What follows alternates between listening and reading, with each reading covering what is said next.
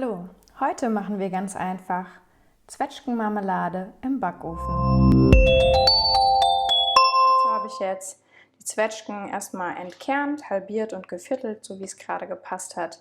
Hier habe ich jetzt eine Mischung aus Zimt, Zucker und Vanillezucker. Und hier habe ich noch so ein bisschen zum Schuss Amaretto. Du kannst dazu natürlich auch andere Gewürze nehmen. Manche nehmen auch Sternanis, Piment, Limette. Ich könnte mir auch Rum ganz gut vorstellen. Man kann den Alkohol natürlich auch ganz weglassen. Aber ich finde, so ein bisschen Schuss schadet ja nie. Jetzt als nächstes den Zucker überstreuen.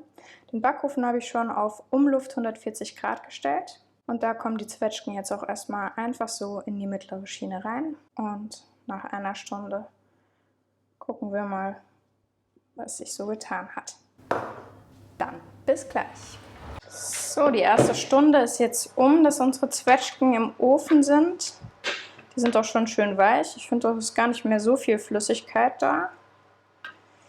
Machen sich ganz gut. Und das ist jetzt auch der Moment, wo du einmal irgendwie mal kurz probierst, um zu gucken, ob du eventuell noch ein bisschen mehr Zucker dran machen musst.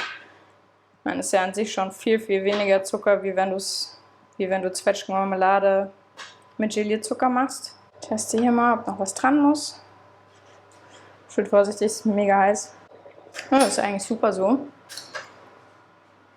Von daher kommen sie jetzt wieder in den Ofen, damit es noch ein bisschen die Flüssigkeit weggeht. Und jetzt so alle 30 Minuten mal kurz den Ofen aufmachen und gucken, was sich getan hat. Zum einen geht noch so der Dampf raus aus dem Ofen, damit sich die Flüssigkeit noch ein bisschen auflöst.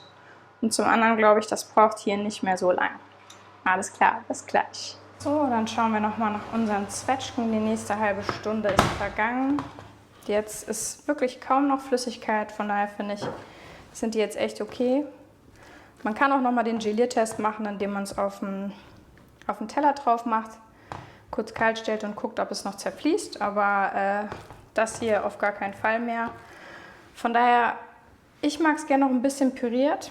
Ich muss halt schön aufpassen, weil es halt echt heiß ist.